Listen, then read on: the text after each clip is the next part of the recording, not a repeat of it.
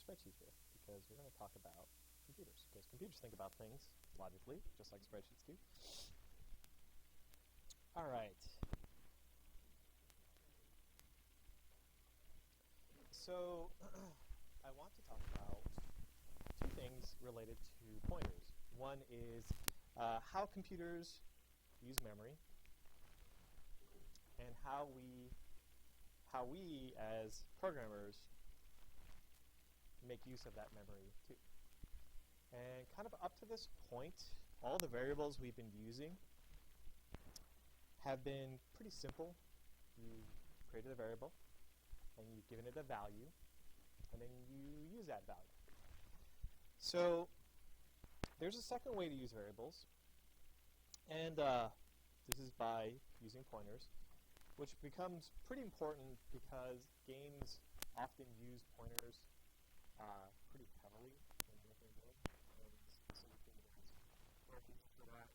But not clear when dealing with but just in general, trying to get into details of RAM exactly.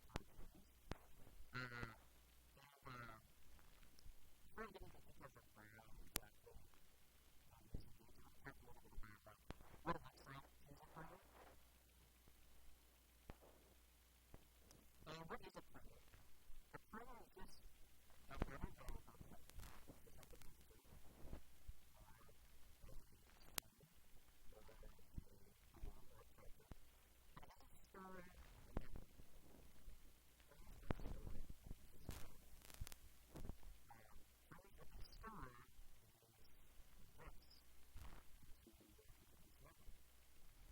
store a number 42, can store what looks like a number, but is actually a memory base.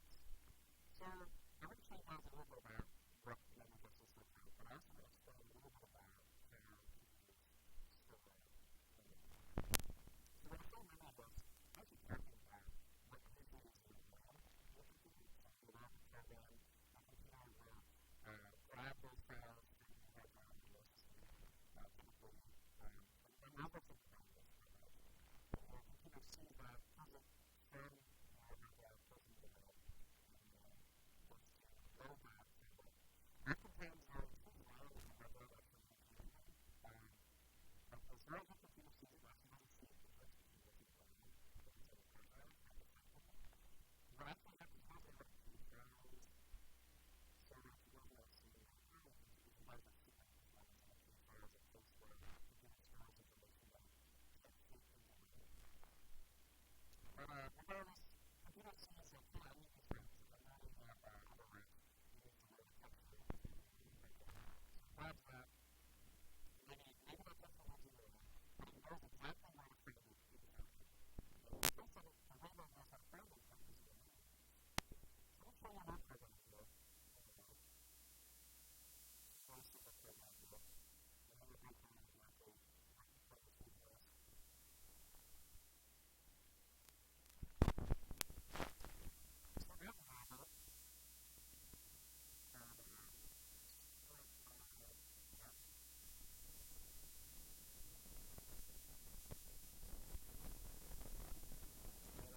Variable that is going to be my, let's say my,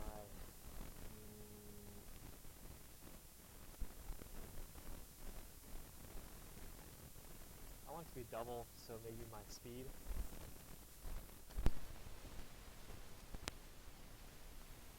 And to this point, we could print out health is something like that.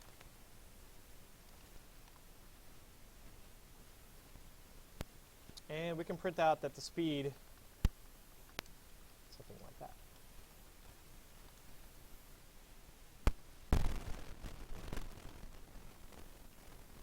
Very simple program, right? We have a couple variables. We print out the value of those variables. Okay.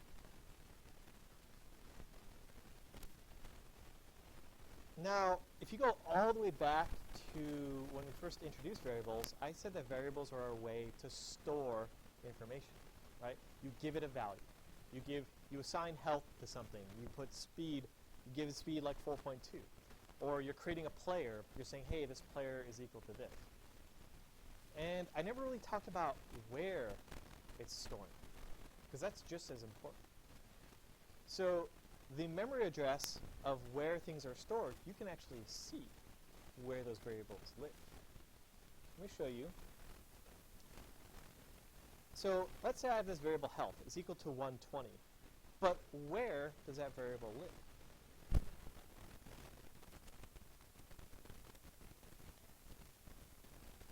Where my spreadsheet here.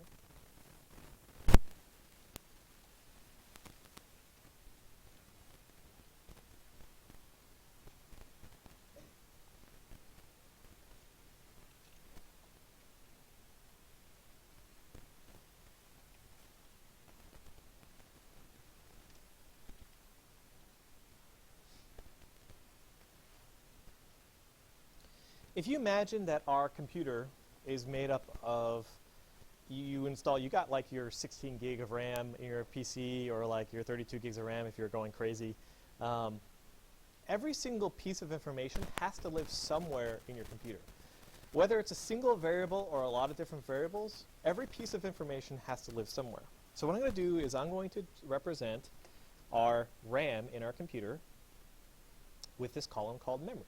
And we're going to have a very simple computer. This spreadsheet represents our computer, and this column here basically represents our memory that we can represent. I'm going to give each of these things a number, all the way up to 10. We have a 10 bytes of RAM, let's say. Let's just say I'm going to keep it very simple here. We have 10 slots to put memory. We're very cheap. We didn't actually buy a lot. We can't store a lot. Each of these memory indexes is unique, okay? Every single one of these has a unique one. So when I ask you where does the value for health live, you can say it's at memory address 1. Okay. If I ask you where speed lives, you can say it's at memory address 2. These are actually places in your memory, in RAM or on your hard drive, of where that actual value lives. When I'm running this program, and I say, hey, health is equal to value 120, it actually lives in this memory location. Now, what I'm going to show you is that most oftentimes, you'll see memory represented like this.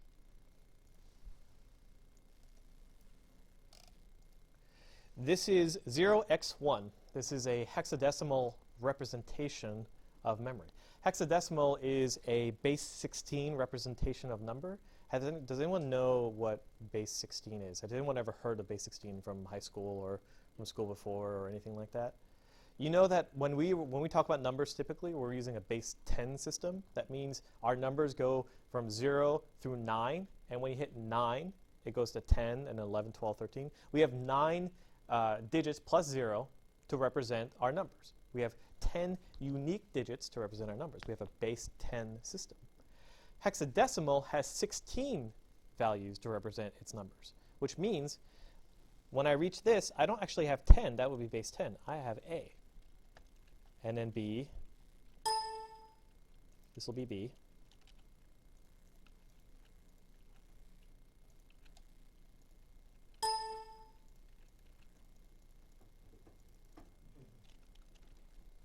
Let's see if spreadsheet will do this for me. D, E, and an F. And then once I reach the next number, I get 1, 0. So hexadecimal basically uses the letters A, B, C, D, E, and F to represent values above 10. So A, if we were to convert this value from hexadecimal into decimal, does anyone know what that value would represent?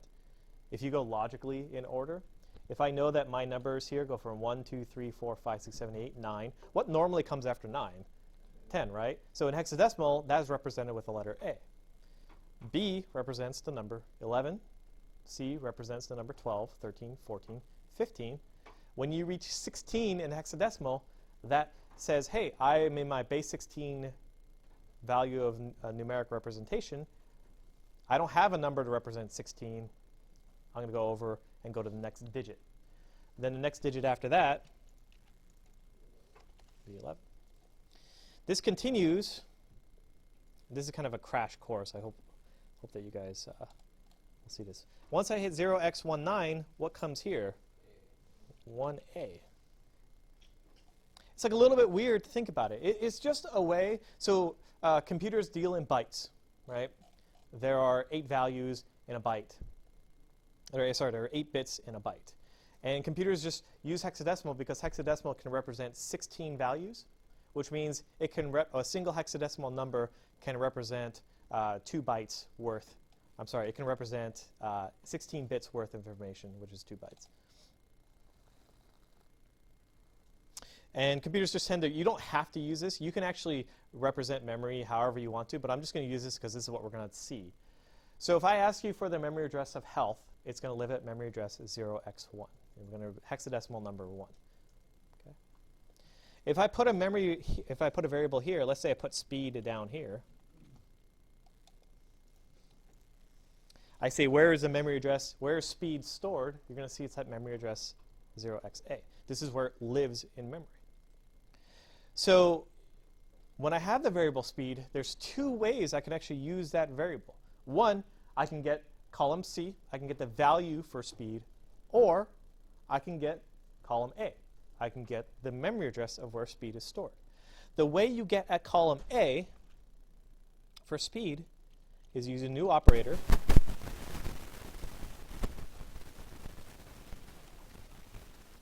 which is the ampersand operator, and you put it in front of the variable.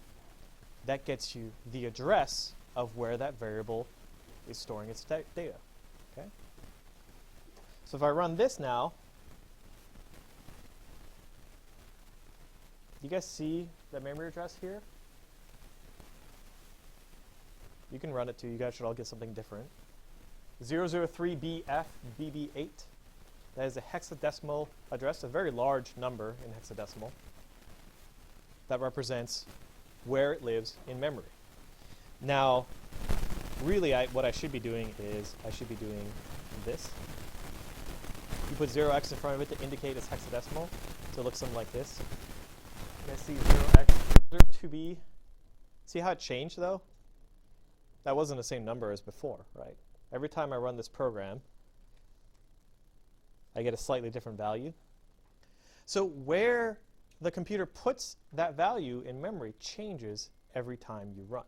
Okay? It doesn't always put it in the same place, because it's sharing that memory with the other programs that are running inside Windows. All the other programs need access to memory too. For instance, if my Chrome is accessing memory from Windows,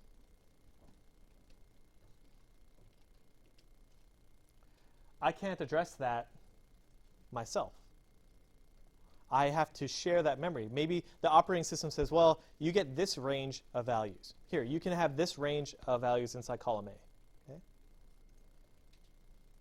I can do that for health as well. You can get the memory address of health too.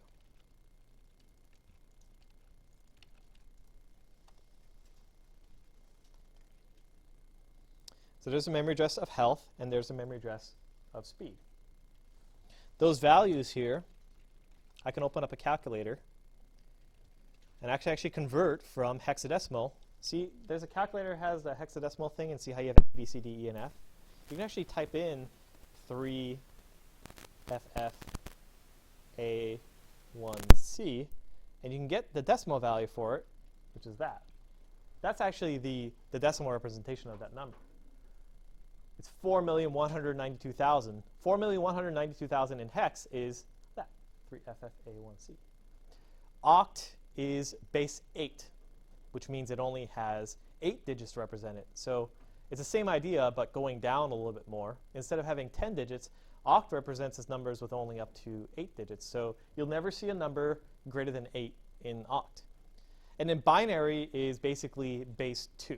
Right? It has 2 digits. Binary just has 0 or 1 to represent. So when you look at something binary, it has to be really big. Right? That number represented binary means that you have only 2 digits to represent it. So that number, these all are the same number. They're just represented in different bases. Okay? If you're curious about bases, I recommend you guys reading a little bit more about it. It's not really super relevant to understanding how pointers work, but more just understanding that this representation here of pointers, whenever you see it, will be represented in base 16, is represented in hexadecimal. Okay? But you can convert this to decimal if you want to, which is base 10. So that's where the memory address of those two variables are, and they'll change every time I run the program. Okay.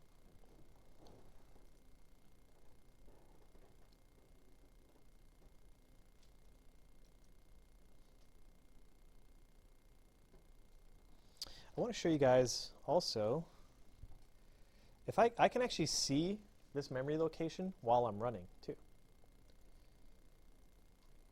So there's actually a debugger, and you guys, like, this isn't like super critical to know how to use, but Visual Studio will actually let you inspect the memory address of your program. So here I have 36FBD, and here's my little memory window. I'm going to make this guy big. This thing here represents, it's kind of like a spreadsheet. This thing represents our memory starting at 0, going all the way down to however memory we've been allowed to access here. And there's a little address up here. We can actually type in the address this. I can actually copy that, put that here. You can actually see this is actually our program in memory here. So what I can do is I can actually look and see 120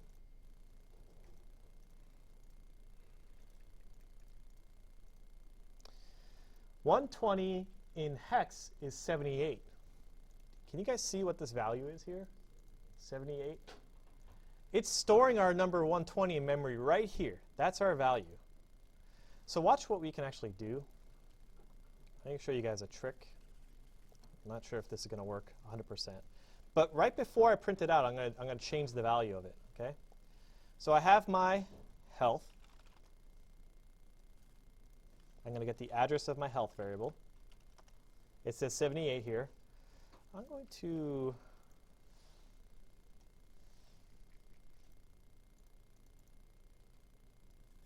change this value while we're looking at it. So here, I'm going to pull this guy off. There's our watch window. There's our memory. So I have 78 here, up there. Here's my health.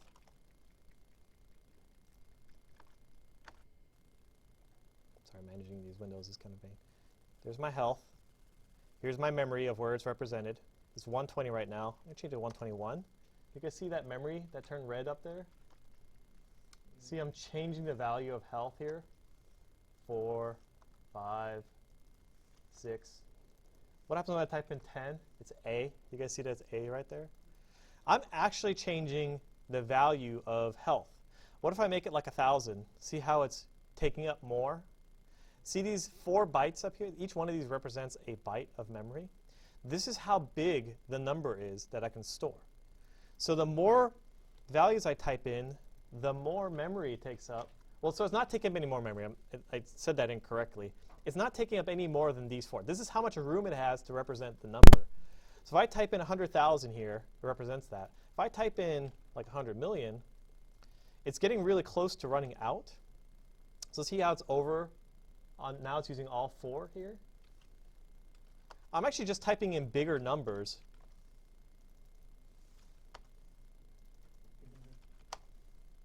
And it actually can't let me type in numbers that are too big, because I don't have that much memory. I only have these 4 bytes.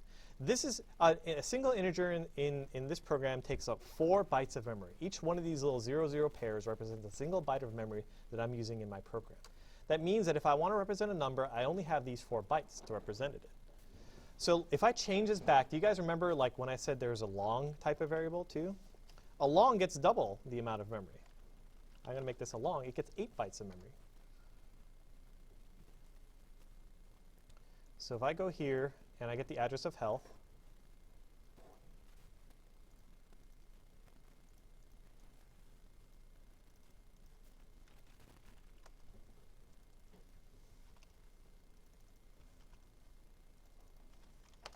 I need to make this a long.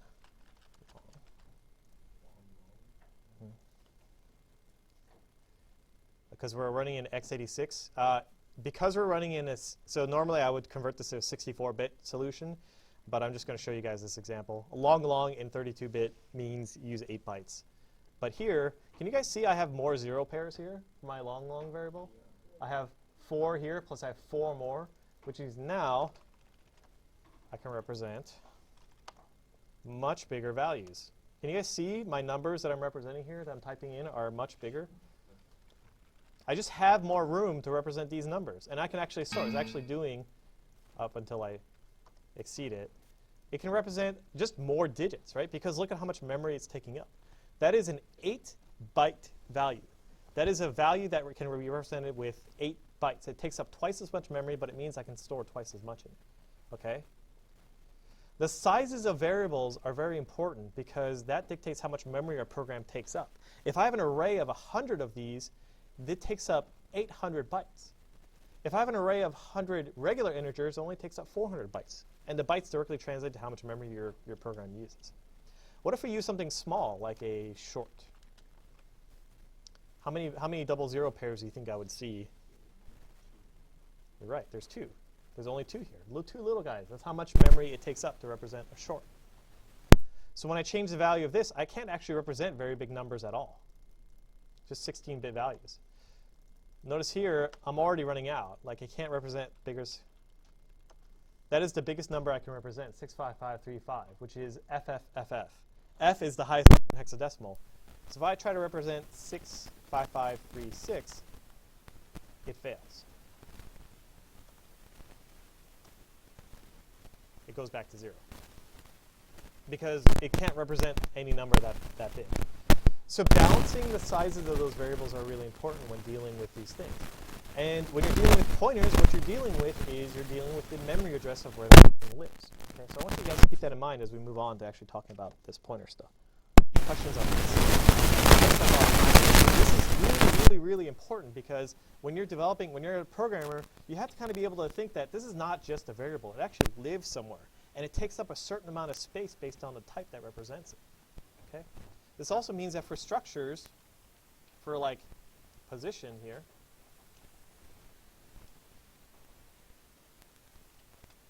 this here takes up 4 bytes for this x and 4 bytes for this y. So this whole structure takes up 8 bytes of memory. So it has 8 00 pairs, right, in memory. Okay. So let's talk about pointers. Up to now, we've been dealing with these things which store the value of a variable. And a pointer, as I mentioned, cannot store any values. The only thing a pointer can store is a memory address. That's the only thing it can store. So we know that we can get the memory address of a variable by putting an ampersand in front of it. We can put an ampersand in front of a variable to get the memory address. But pointers, they can't store like 120 or 4.2. They only store something that looks like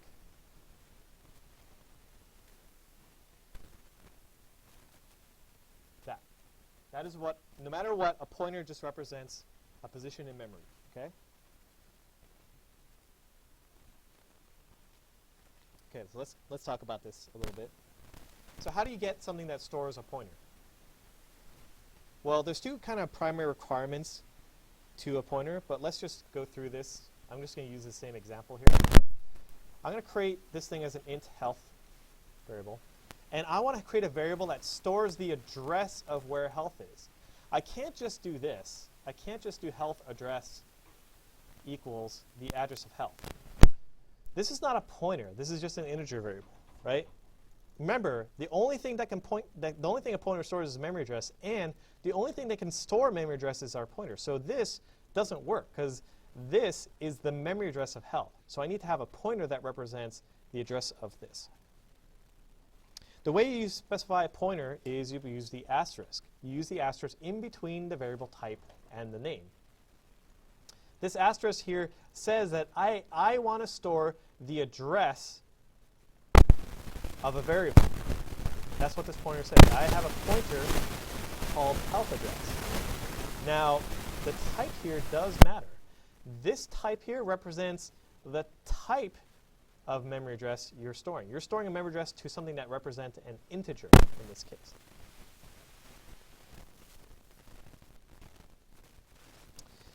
So here, I have this pointer. I'm just going to get rid of this for now. How do I assign this? I could say health equals 0x like that. I can't do that either. Like this is something that is like some random location in memory, right? I'm sorry, health address.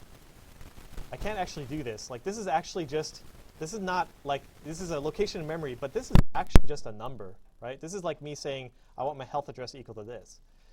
Pointers cannot store values. They can't store regular numbers. All they represent is memory addresses, right? So in order to get the memory address of something, I have to put the ampersand in front of it, like this. So if I want to print out the memory address again, what can I use instead of ampersand here? What if I just print out the pointer here, like that? You guys see how there's no ampersand here? I'm just printing out the address, this pointer value. Remember, a pointer just stores the memory address. Okay? Let me run this.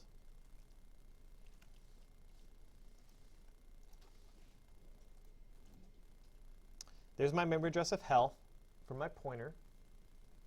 And watch what happens if I do the same thing. I have the same line of code, but this time I'll use the address of health. So I have two things that both print out the address of health. The pointer by itself, this is a variable, and then the address of health here. You notice that they print out the exact same thing, okay? Because they're both printing out the memory address of where health lives. Now, this right here is a variable. Int health address is a variable. So I'm going to go back here. I have a variable called health address. What is the value of health address here? The address, which is what? That's what it represents. It represents 0x1. It represents the address of health. Okay.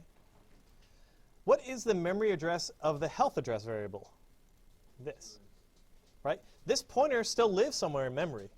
This has a memory address just like this does. But the only difference is this guy, he doesn't actually store a value. He stores the memory address of where health is. Okay? That's why when we print out the value of this, we get a memory address. And when we print out the memory of this, we get this. You can almost think of it like when you put an ampersand in front of this, you get the left side, you get the memory of it. When you print out the actual value of a pointer, you get the actual value here. So if we put the and symbol for health address, instead of getting the memory for 0x1, we get 0x2. We would get 0x2, or whatever, wherever this thing is stored. You want to see where the memory address of the health pointer is? It does live somewhere. We can put an ampersand in front of it. Now we're getting the address of the memory for the pointer. We're going deep. This is kind of like Inception style. Can you guys see that this is the memory address of health, and here is where the pointer is live? See how that's different here? Mm-hmm. Just like on my spreadsheet here, this thing lives somewhere too.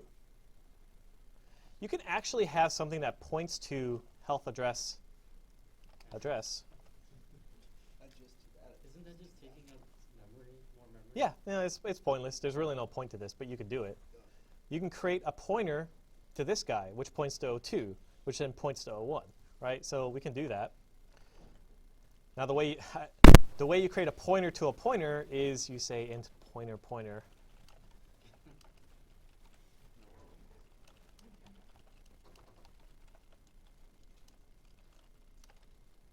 Okay. This is a pointer to a pointer that's pointing to an integer. But you can, it's not really any different than this. It's just a pointer, remember, I just want you guys to remember that the only thing a pointer can store is the memory address of a variable, okay? That's all it can store. So if the only thing it can store is the memory address, let's say I get rid of this. Let's say I get rid of all this.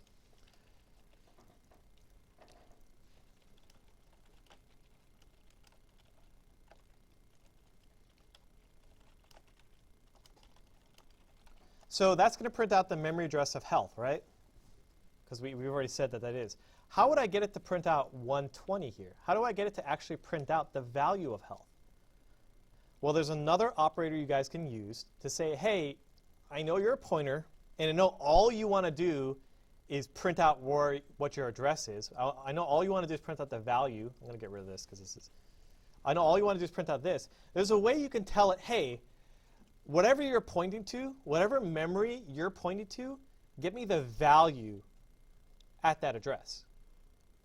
So if I want to get the value of what this thing is pointing at, so if I want to say, hey, health address, what is the value of what you're pointing at? Which means go to your memory address here, and then look at the value for that memory address, which is go to your memory, look at the value. You can do that by saying, hey, health address, get me the value of what you're pointing at by putting an asterisk in front of the pointer.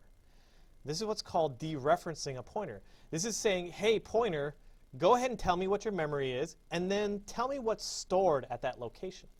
When you put an asterisk in front of it, this will basically follow that memory address and tell you what's stored at that memory address. So now you get 120 here. Okay. What would happen if I tried to do this asterisk on health? What is that saying? That's saying, hey, health, go to this memory address and tell me what value is there. If I put an asterisk in front of health like this, or like this, one is not letting me compile because it doesn't know what that is. But like, if I could do that, it wouldn't make any sense because this is not a memory address. But keep in mind that an asterisk, all it's doing is it's different. It's an operator. It's not, this little asterisk here actually has no real relationship to this operator here. There's, I think, a lot of confusion. These two things are completely separate. Do not think of them as even like the same. I think it's easier to think about them as completely unrelated. This thing is almost like a plus or division or a modulus. It's an operator that you put on top of a pointer. And all it's saying is that, hey, get me the value of what you're pointing at. Okay? Any questions on this? Like this? If you had like another variable on the left side, it would try to multiply these two together. Notice it's giving me an error. How would I actually multiply the value that's stored here? See how that's confusing though? Like we use the same one for multiplication. But look at where this is. You have to think of this as like one piece. Like I could almost put parentheses around this. This is saying get me the value stored at this address. And then multiply it by 4, right? We don't tend to do this. Like this tends to be pretty confusing. Sometimes you have to, but notice it took 120 and multiply it by 4. But yeah, you can do that.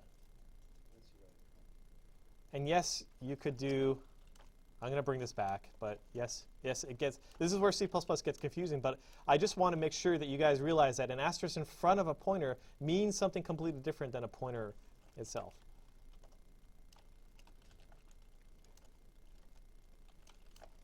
So what if I wanted to use the value, how do I get 120 printed out here? How do I get 120 printed out using this variable, which is pointing to 02? You guys know, like, I have to follow this value, get the value stored at this address, then do it one more time. 2 asterisks in front of it. As a double dereference, that gets me 120. Okay? That's why this asterisk, just treat it like another operator. Just treat it like a plus. But think about when you use that operator, all it's saying is give me the value that you're pointing at, right? So when I say get me the value of health address, you can almost think of it like this. Give me the value of what this variable is storing, which in this case the value is going to be, you get the value of this memory address, so 02.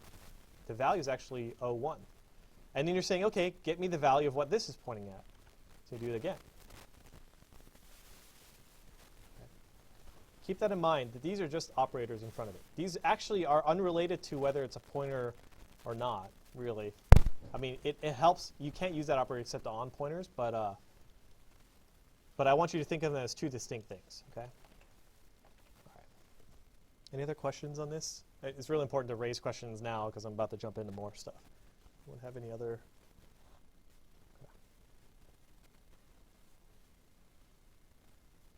I can actually change the value of this health too. So when I dereference this guy, I can print him out. But when I say get the value, I can also change the value here like so. I can say, hey, get whatever you're pointing at, get the value of whatever you're pointing at, and change it equal to 500.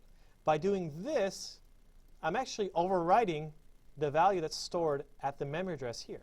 So what's actually happening is that when I do this line, here's what's happening. It's saying, hey, I'm going to get rid of this again.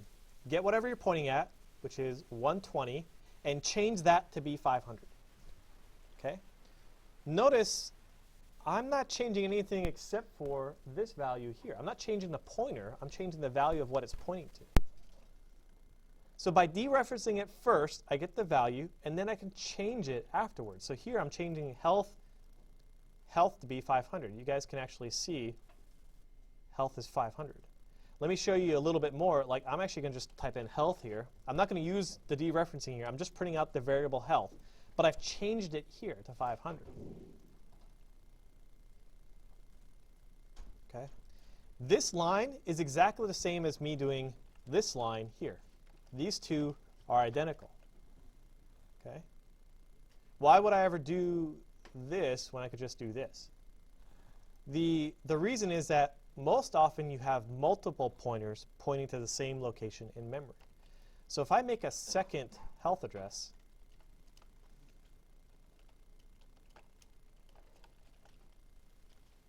and I have it pointing to health as well,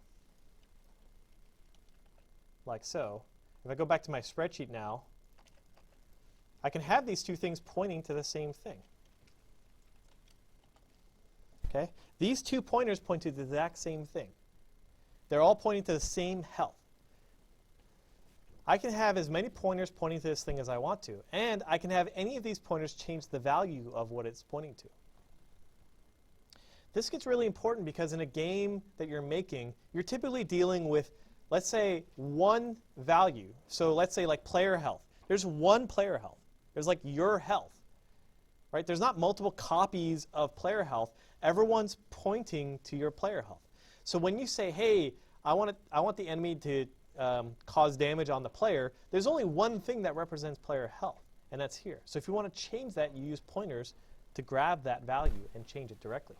They're all kind of sharing the same location in memory. Okay?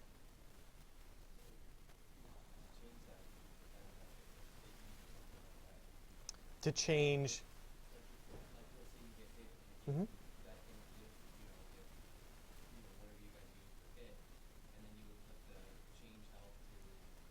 Yeah, let me show you how I do it with a function, right? Let me say take damage.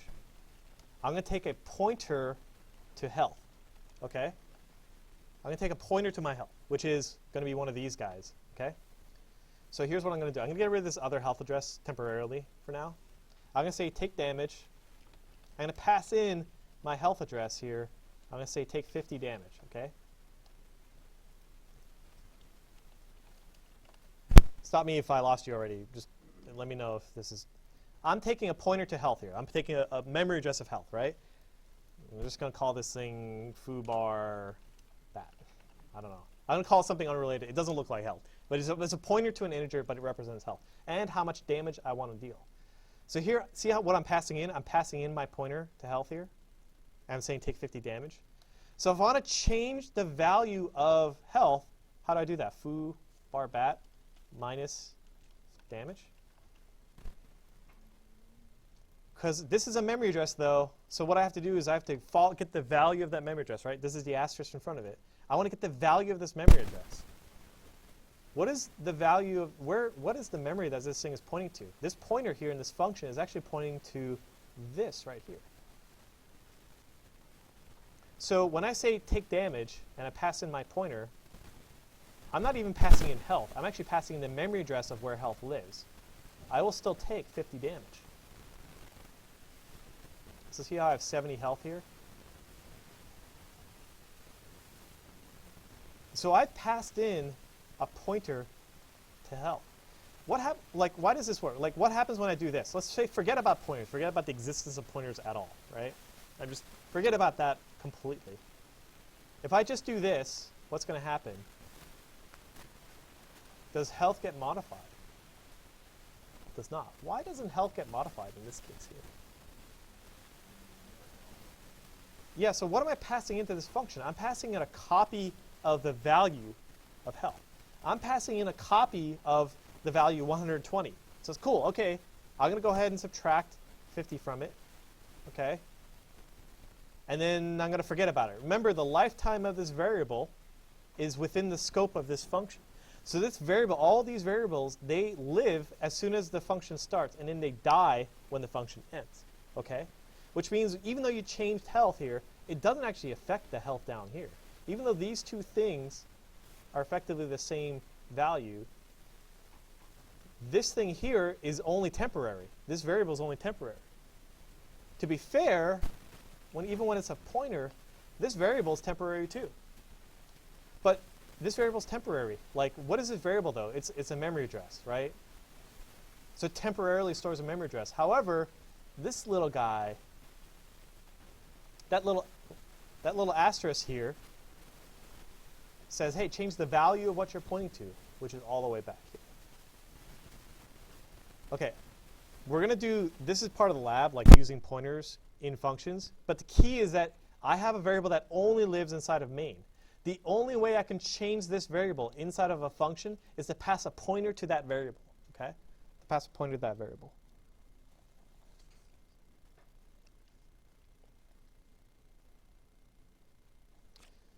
Okay, let's forget about this function for now.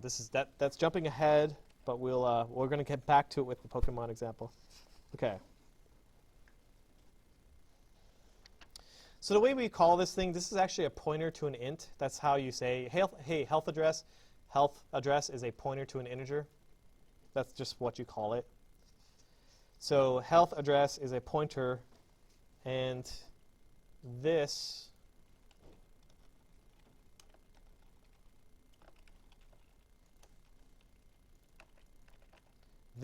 represents an integer. It represents the actual health.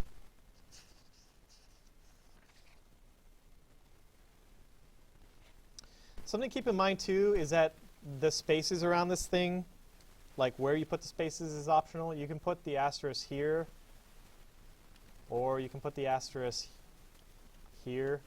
It doesn't really matter. Coding convention is really what matters the most. We use this because we say, hey, you put the asterisk next to the thing that it represents. So this thing is treated as one piece. It's an int pointer. It's a pointer to an integer. You can actually do this if you want to, which is kind of silly. It looks like a multiplication, but they're all equivalent. Can't do this.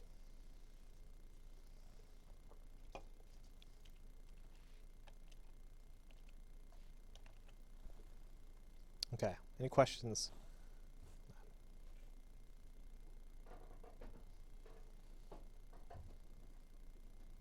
There's some potential danger that you have with pointers. Let's say I get rid of this. So look at this program here. I have a pointer to a health address, and now I'm saying get me the value of what you're pointing to, without actually assigning this. This value is empty. Okay. So what happens if I say get the value of what you're pointing to? Hey, this guy, get the value of what you're pointing to. This thing is bad. What happens? It tries to say, hey, okay, let me go to this memory address and let me get the value of it. Yeah, this is what's called, when you're dereferencing unallocated memory. It's not even going to let me do this. Let me do this.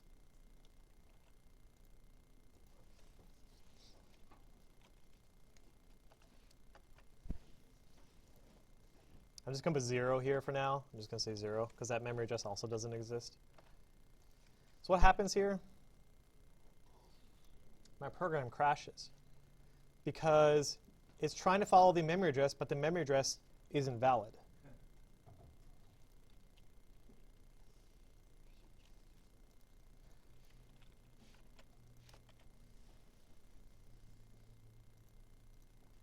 Even if I were to just type in something that looks kind of valid, like that, if I try to give it a memory address, it's going to go somewhere random in memory. Who knows where this is? I don't know what the value of that would be.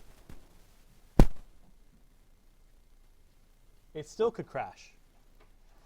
The reason why it's it's easy to crash when using pointers and using this operator is because when you have a pointer, you have to make sure it's actually pointing at something here. If you don't have it pointing at something and then you try to use the value that's it pointing at, it'll fail.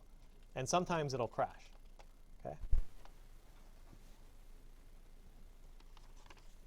And that's what causes bugs, and occasionally that's also what causes crashes in games. So like if a game crashes, sometimes it's because we forgot to assign a memory address to a pointer.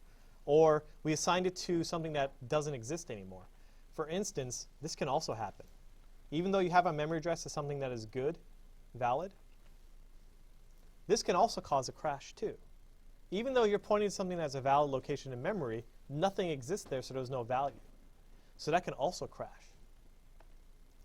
That's a very, very common thing. For instance, in games a lot of times, like bullets and enemies and players, they'll die over time, right? Like you shoot a bullet, it gets destroyed. Maybe you had a pointer to a bullet, right? And you're trying to like keep track of where that bullet is. The bullet gets destroyed. The pointer is still pointing to where the bullet was in memory, but the bullet has been cleaned up. And then something else might be using that memory now. And then all of a sudden now you have this pointer pointing to a location in memory that has nothing to do with the bullet. Oftentimes that'll lead to a crash. Sometimes it'll keep going a little bit, kind of like a tire that has a flat, until eventually it crashes way further on down the road, and it's really hard to debug.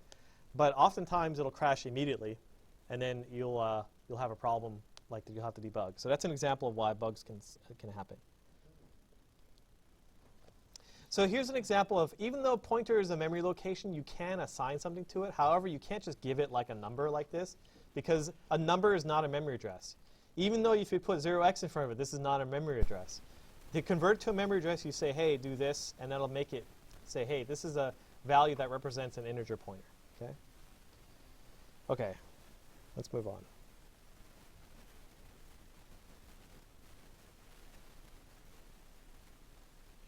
I have two more things I want to go over: new, delete, and arrays, and then I'll be done.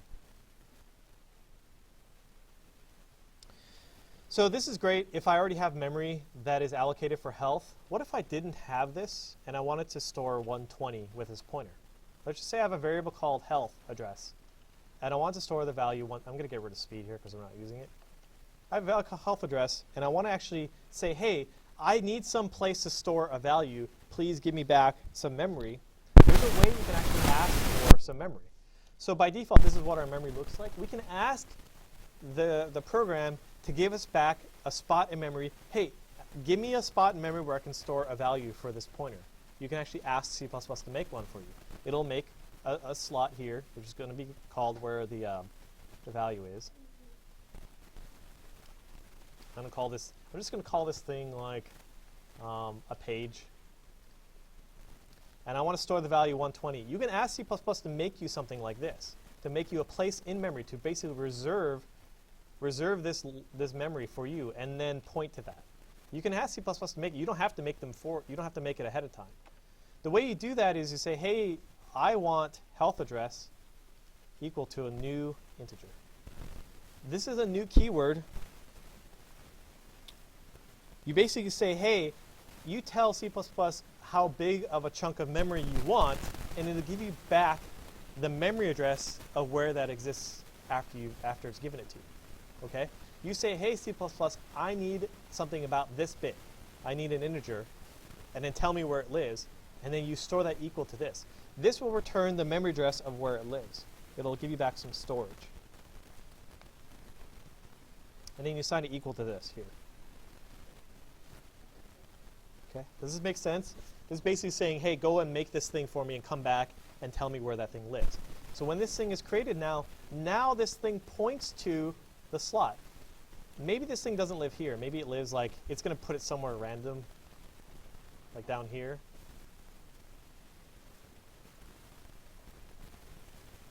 So maybe this thing points to 006, and now this thing, how do I actually assign the value 120 to this location? How do I actually take this pointer and make it equal to 120? Can I just do that? Right? So how do I get the value stored at this memory address? Put an asterisk in front of it, right? And then when I run this now it's giving me back health 120. By doing this line right here, wherever this thing is pointing to set that value to 120 in memory, okay?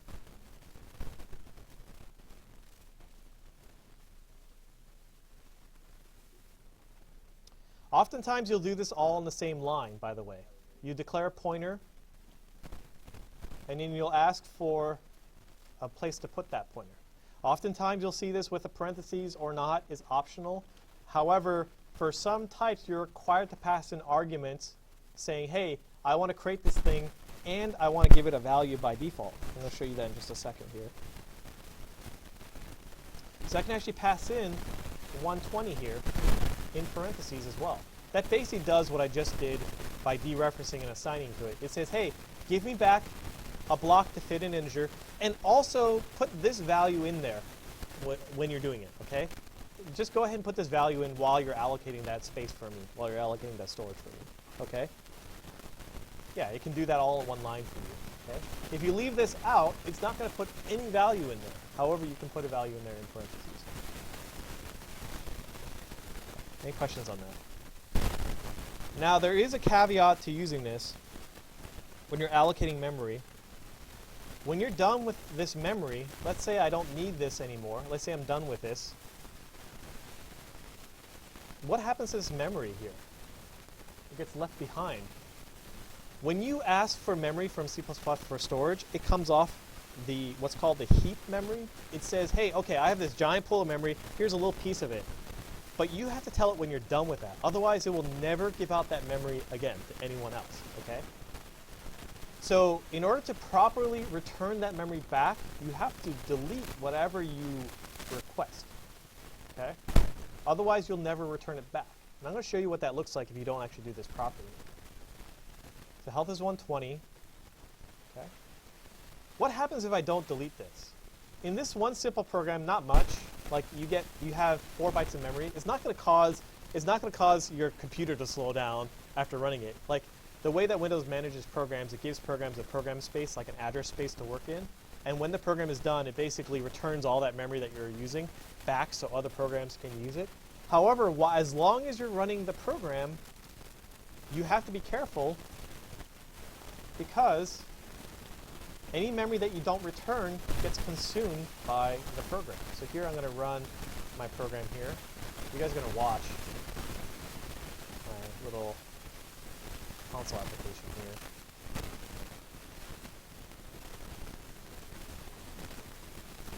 What Visual Studio thing?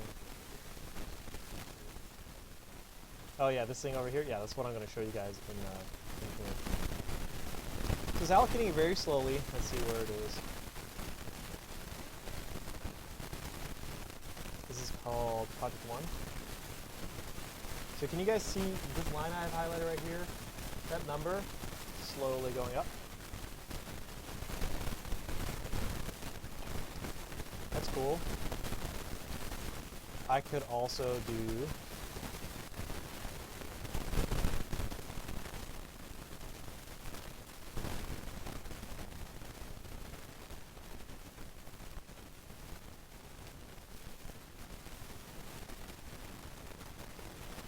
this memory address right here. I can do a long. Go up twice as fast. I'm allocating memory, however, I'm never returning it. So I go to my project 1. Here's my memory. And that memory will never stop going up until I run out of address space for my program, which is about 4 gigs worth. Let me show you guys a more heinous example of why this can be really bad, because if you have programs that are allocating a lot of memory,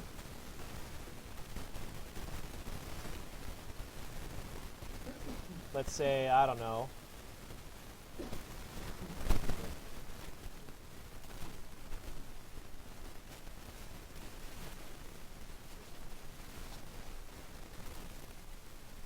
can you guys see the memory usage now on my program? I'm almost at a gig already. There's a gig.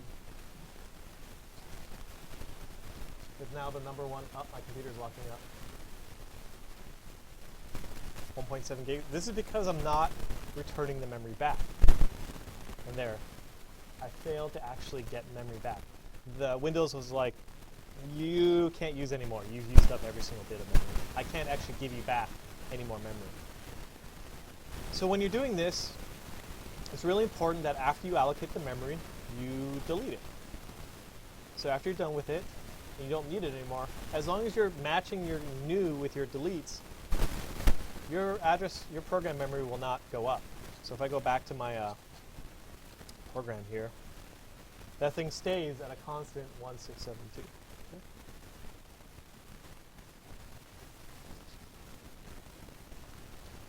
So you can also use the new operator, as I actually just showed, to make an array of integers. Let's say I have a pointer to an integer, and I don't just want memory to store one thing. I want memory to store 10 things, giving back 10 times as much as I normally would use. All you have to do in this is say, hey, put in brackets how many blocks of memory you want to return for that type. So in this case here, my health address here, I'm saying give me back something that is size 10 with the array. So it's actually going to point me back, in this case here, in my example, health address. It's going to point me back to 0x3, and it's going to allocate 10 of these.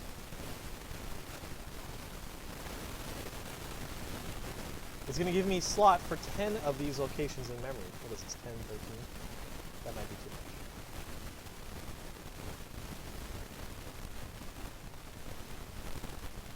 So here's my health address. It's pre-allocated all these, so no one else is going to use them. And now I can start using each of these. It's basically allocated me an array of integers.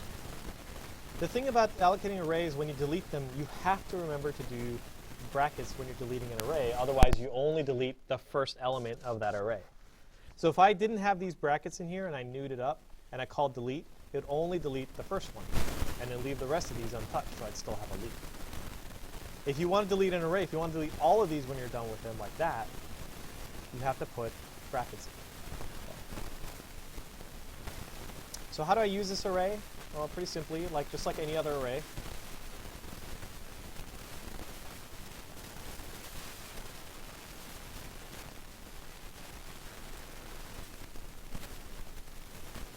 However,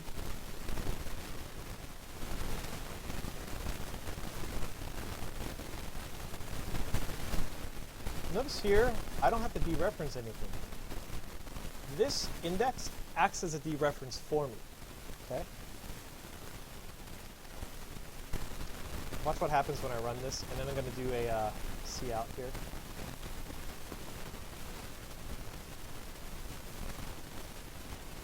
How do I do a cout with an array? That's an array, that's a pointer pointing to an array. I just do an index. Notice I don't have to use this. I don't have to use the dereference because this index is actually telling me that I want to access the value of what's stored there. It's basically replacing it for you. So here's 100 values, 100 healths, and I print it out, and it's just looping forever. But if you want to allocate a dynamic array, which means you want to allocate some number of elements, you can do that here. This is really important because up to this point, we've always had to use static arrays. So if I want to say how many healths, if I want to ask the player for how many elements in an array they want,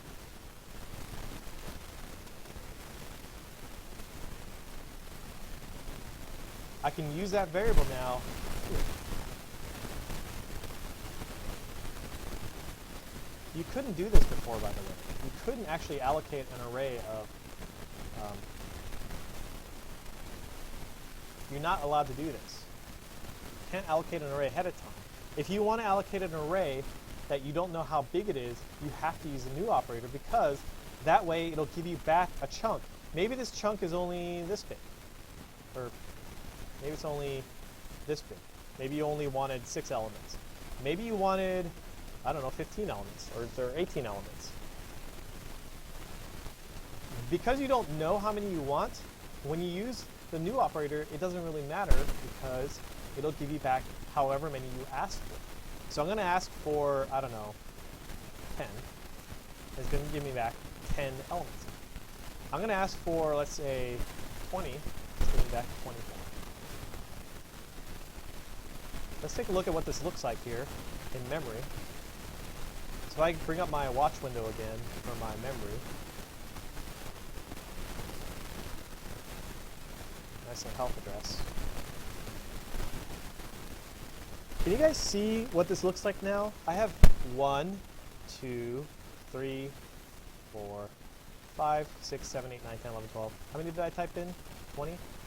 So I have 20 places in memory that can store an integer, and they're all right next to each other. What is 5b here? What is 5b in decimal? 5b? 91. So I would expect that the first number in this array is 91. There's 91 right there. The next one here is 75 right here. That's what's in memory. 75 in hex is 117. I would expect it to print out 117 here. There we go. So when I allocate this array, this is how big it got. This is how much memory it stored. I can ask to only store one thing in it. Go to my watch window, and look, I'm back to where I was before, right? Space for one integer, what I've highlighted. That's how much room is allocated. The rest of this is for the rest of the program, for whatever it wants.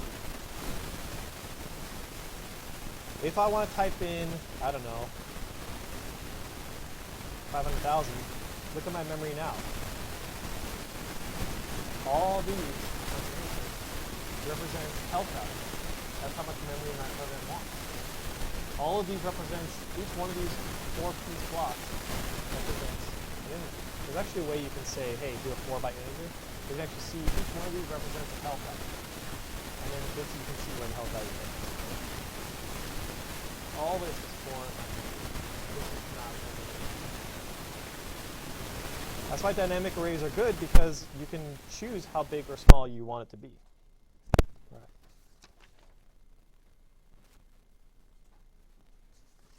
Okay, let's go over any questions on this. I know that was a lot of stuff dealing with pointers. There's a lot more that goes into it that I'm not going to touch on yet with regards to pointer arithmetic, which if you guys have any questions, you can ask Cody about pointer arithmetic, because he's dealt with that. Let's go over the lab, and then I'll let you guys work on the lab, and that'll be it for class.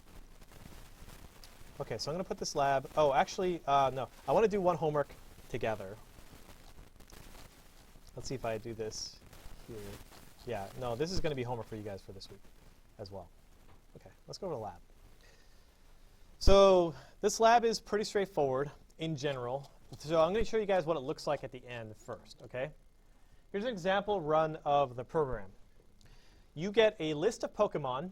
So I have 6 Pokemon here. I have Bulbasaur, Ivysaur, Venusaur, the original 151, first generation. You ask, which Pokemon do you want to see? In this case, I typed in Ivysaur, and it tells you information about that Pokemon, like health, attack, defense, special attack, and it tells you what moves that Pokemon has. You type in what moves you want to see. Once you type in the move, it'll tell you the power, accuracy, and points for that specific move. So this thing is basically an interactive Pokedex. And the way this exercise works is I want you guys to be using functions and pointers. One thing I did not talk about, which I do need to talk about here, is how we use pointers with structures. And I want to go over that because I want to go over my previous example here and talk about structures, because it is important for this. Here's my For Honor character. If I have a pointer to a For Honor character like this, and I don't have memory allocated, how do I ask for memory back again from the operating system? How do I get it? How do I allocate space for this character? New. So I say new For Honor character, right? This can be this. You don't have to leave. I'm not going to pass in anything. Now, before, if I wanted to access a member of a structure, I did this, right? I did a dot.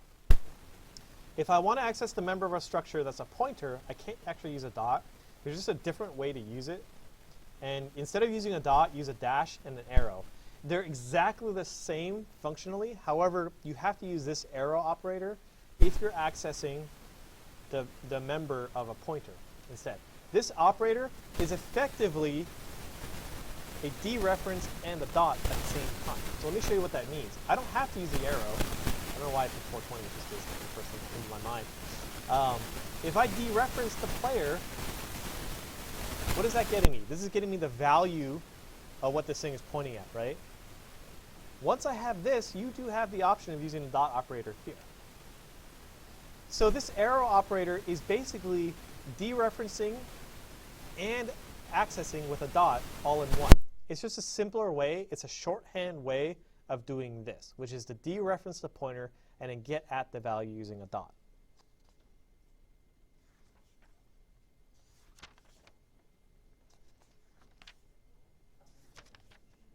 Questions on that?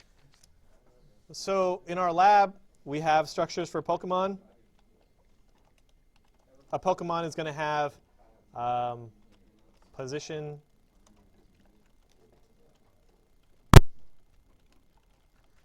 and your Pokemon are going to be pointers. So if you want to declare a new Pokemon, you're going to have to use them using pointers.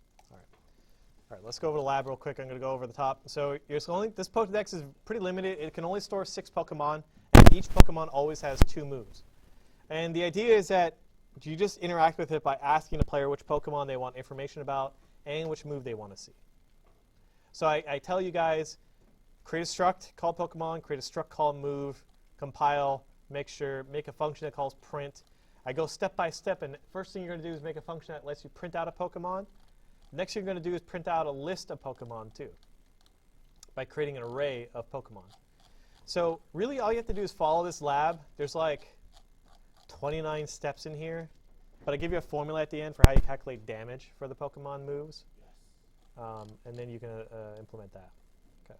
So I want you guys to spend the rest of the class today working on this. Anything you don't finish will be homework, as well as I'm going to give you guys a homework exercise to take home with you too. You're welcome. You guys need it. Also, next week, you're going to have a sub. So I'm going to have you guys hand in your homework and then also go over it with each other. I'm going to give the sub instructions on that.